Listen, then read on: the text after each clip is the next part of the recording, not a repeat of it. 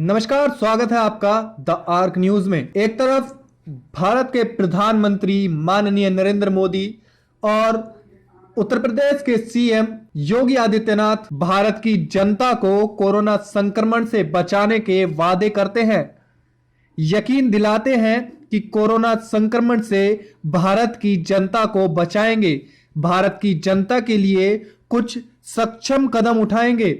वहीं दूसरी तरफ ऐसी खबरें देखने को मिलती हैं कि पीलीभीत जिले से यह खबर है, कोरोना संक्रमण की दूसरी लहर की रफ्तार में कमी आने के साथ ही विशेषज्ञों ने तीसरी लहर के आने के संकेत भी दे दिए हैं।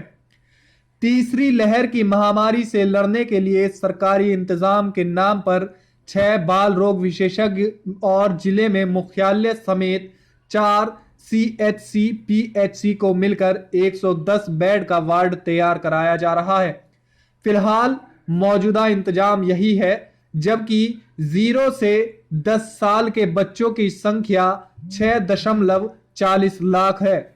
हालांकि महामारी से निपटने के लिए स्वास्थ्य विभाग के दावे तमाम है, लेकिन इन आंकड़ों को देखें तो औसतन 581 बच्चों के लिए एक बेड और 1.06 लाख बच्चों के लिए एक डॉक्टर ही मौजूद है। जब एक तरफ संक्रमित बच्चों की संख्या 6.40 लाख हो और लगभग 581 बच्चों के लिए एक बेड हो और 1.6 लाख बच्चों के लिए सिर्फ एक ही डॉक्टर मौजूद हो, ऐसे वक्त में कोई बच्चा कैसे ठीक हो सकता है? क्या इसी तरह से योगी आदित्यनाथ और माननीय नरेंद्र मोदी हमारी भारत की जनता की, भारत के बच्चों की सुरक्षा करेंगे? क्या इसी को सुरक्षा करना कहते हैं? क्या इसी तरह से भारत की जनता को बचाएंगे माननीय नरेंद्र मोदी जी? अप्रैल में शुरू हुई कोरोना वायरस की दूसरी लहर अब उतार पर है। संक्रमित बच्चों की संख्या घटने लगी है। पॉजिटिव मरीजों से भरे सरकारी और निजी अस्पतालों के बेड भी खाली होने लगे हैं। दिन का कोरोना कर्फ्यू हटा लिया गया है। बाजार फिर से खुल गए हैं। इस सबके बीच विशेषज्ञों ने अगस्त में संक्रमण की तीसरी लहर के आने के संकेत दिए हैं, जिसे देकर शासन ने अलर्ट जारी कर दिया है। स्वास्थ्य विभाग इसकी तैयारी में जुट गया है, लेकिन मौजूदा समय में सरकारी इंतजाम तीसरी लहर से लड़ने के लिए नाकाफी दिख रहे हैं। जिले में वर्तमान समय में सिर्फ 6 बाल रोग विशेषज्ञ हैं। इसमें 3 डॉक्टर जिला अस्पताल, 1 महिला अस्पताल और बीसलपुर और पूरनपुर सीएचसी पर एक बाल रोग विशेषज्ञ तैनात है। बच्चों के वार्ड के नाम पर L2 कोविड अस्पताल की तीसरी और चौथी मंजिल पर 40 बेड का ऑक्सीजन युक्त और 20 बेड वेंटिलेटर युक्त वाला पीकू और पीडियाट्रिक वार्ड बनाया जा रहा है। इसके अलावा सीएचसी मातोटांडा, न्यूरिया, बरखेड़ा और जहानाबाद पर 10-10 बेड बच्चों के लिए रिजर्व किए जा रहे हैं।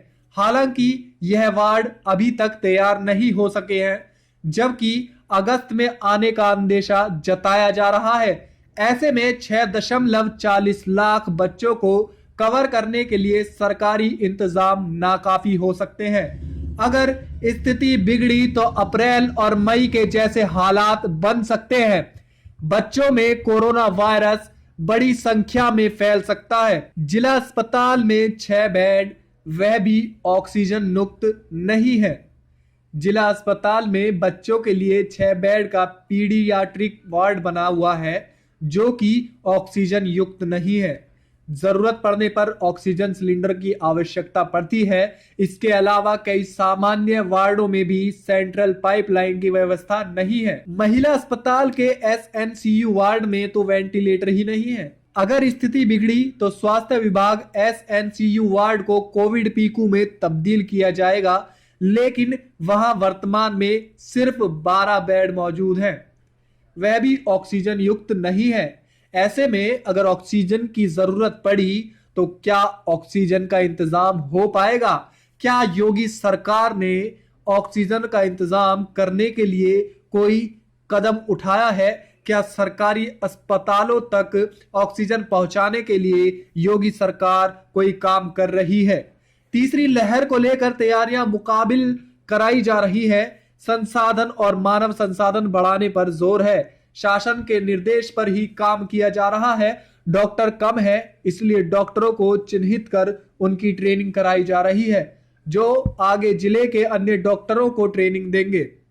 साथ ही निजी अस्पताल के डॉक्टरों से भी सहयोग लिया जाएगा। जैसे जैसे गाइडलाइन मिलेगी उसी तरह काम किया जाएगा। अब देखने वाली बड़ी बात यह होगी, सवाल यह उठता है 6.40 लाख बच्चे संक्रमित हैं और औसतन 581 बच्चों के लिए एक बेड है। तो क्या इस तरह से एक बेड पे 581 बच्चे लेट सकते हैं? क्या एक बेड पर 581 बच्चों का इलाज हो सकता है? ऐसी ही बड़ी खबरें हम आप तक पहुंचाते रहेंगे। द आर्क न्यूज से जुड़े रहे, वीडियो को शेयर करें, कमेंट करें और चैनल को सब्सक्राइब करना ना भूलें।